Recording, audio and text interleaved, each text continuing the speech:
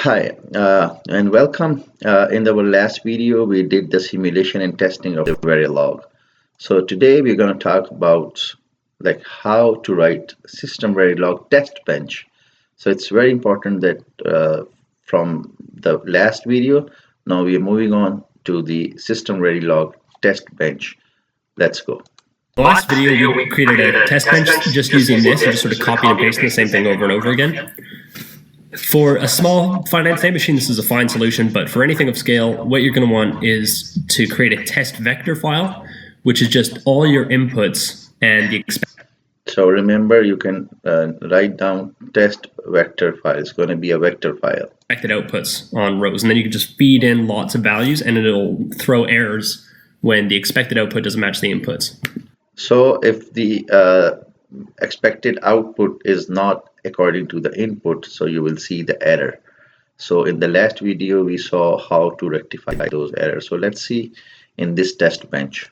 So let's go add to project, a new file, and this is going to be test bench vector. And it's better if you name the files as a task, like test bench. This way it's easy for you to remember. And it is going to be a text file.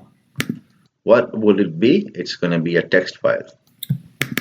What this is going to look like is it's going to be our inputs. So it's going to be reset is 1. So we're going to have a 1 there. And then I haven't given an out, but let's assume here we said in was 0. It's going to be 1 and then 0 for the input to X. And then the expected output is 0. So the input is 1 and 0, and expected output is 0. So I'm going to put an underscore just to separate them out. And that's a row. That's going to be a test. And then another one, it's going to be... What we are doing is actually we are testing. So this is my input and this is my output. So based on what we did before, the simulation and test and the code, am I getting the results according to the input? 0, 0, 0. 0, 0, 0. So from now on, reset's going to stay low. But we're going to modify in. So it's going to be 0, 1, 0. 0, 1, 0. And this can continue. So now it's a modification in the input. This is 0, 1, 0, and it's going to continue. So let's see. And this is going to be our series of tests, okay? And I'm pretty sure these are all going to be right, but let's make one wrong, right? So I'm going to say... Yeah, so by intention, we're going to put one wrong just to see what comes up. That's the output there, and that should be wrong, line 7. Now, instead of doing all this, we're just going to axe that. And now in initial, we're going to say, okay, read mem, and then we're going to say test bench vector. So what is being told? So test the is going to run the test bench, and we're going to give that to a file. So right here, I'm just going to create a logic file from 2 to 0. So you know those 3 bits, and I'm going to call this test vector. And let's just say there's 1,001 of them. So we're going to load this into that file. So this is going to be called text vector here. So for the test vector, this has been named here, another file. Load that file into that variable. And then we're going to go always at the pause edge of the clock. We're going to set our reset input, our in input, and we're going to create another variable called expected out. What we are looking for, we want an expected out. Expected out. And those are going to be loaded from our test vector. And I'm going to index that with a variable I. So here we're going to say, you know, some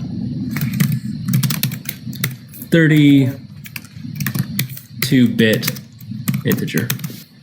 So it's a 32-bit integer. So the question for you, can it be a 64-bit integer? I'll leave it to you. In the initialize stage, I'm going to set I to be 0. And I'm just going to set reset equal to 1 and in equal to 0, just so there's some initial values. On the positive edge of every clock cycle, we're going to get our expected output and our 2 inputs. And then at the negative edge of the clock, we're going to go if the expected out doesn't equal the value for out that we got. So why we are doing it? We have to see if the expected value is matching with the input or not. If it's not, then what's going to do? What are we going to do? Then I'm just going to say wrong output for inputs %b.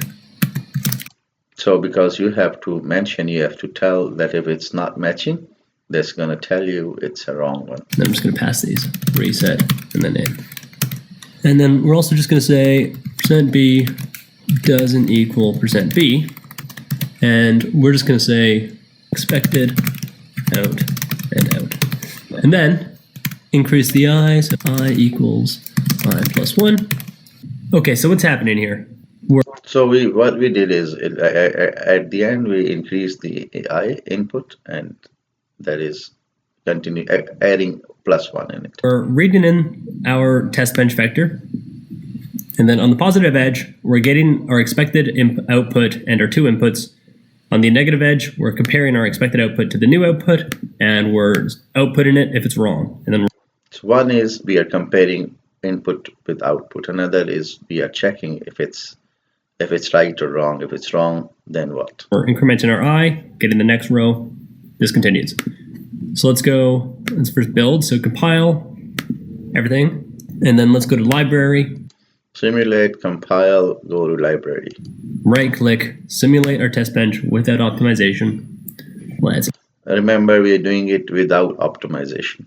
Add these to a wave, signals in region, and then let's go. So now again you're gonna see the wave signals here. Simulate, run 100. And boom, look at that. It's doing a thing. And look, it's output our values, and then it's gone, oh, wrong outputs for 0, 1, and so you remember we put something wrong in it.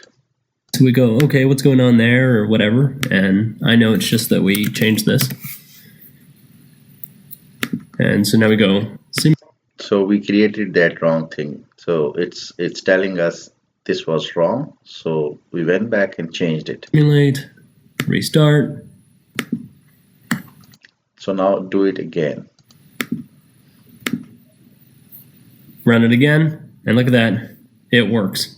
So that's how you do that. So it means we verified that whenever we though we did it with an intention, let's say if you did it with a mistake or some error comes in, so it's going to show you the error, and then you can go back and check what was wrong. You can correct it and then come back and run it. So it's going to give you the actual results. So we are here till today. So we learned here. So in the next video, we're going to talk more about other Verilog or FPGA or other lab tests. Thanks.